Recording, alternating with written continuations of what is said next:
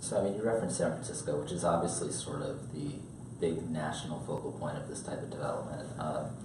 I mean, obviously there are differences. Like in San Francisco, you have venture capital firms with hundreds of millions or billions of dollars that are seeking out small companies. How do you get, maybe not that level of interest, but some sort of like people who are willing to take, you know, $1 million bets on small companies in Western Massachusetts, which I think is something that is a little more difficult out here. Right.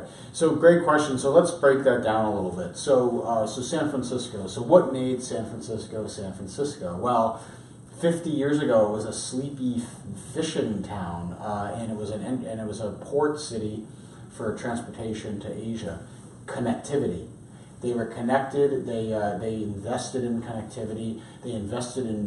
They had a multicultural base, an urban cosmopolitan base that was engaged with Asia, that was engaged with different cultures. It was a melting pot from early on. Palo Alto, Stanford University is much younger than our institutions, than Amherst College or Smith or Harvard. It's only about 100 or so, 150 years old.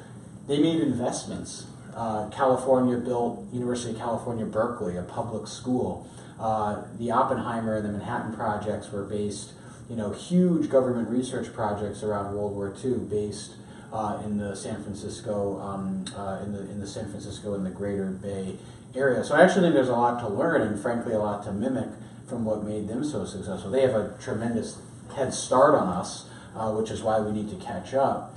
But 100 years ago, if someone had said to you, where is the Innovation Center of America going to be? Or even 50 years ago, if someone had said, where is the Innovation Center of America going to be?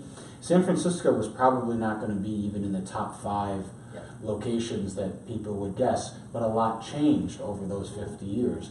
You know, the nuclear labs, the creation of Berkeley, the rise of Asia and of the interconnectedness with San Francisco. And then these guys like Steve Jobs, who no one had heard of, took risks, built huge companies there, and then that created attractions for more talent. So, are we going to be San Francisco overnight? Of course not. No one is saying that. No credible person would say that. But are there lessons from what was successful in a place like San Francisco or Austin, Texas, or even Boston? A closer example. Are there examples for what they did right that we can mimic and learn from?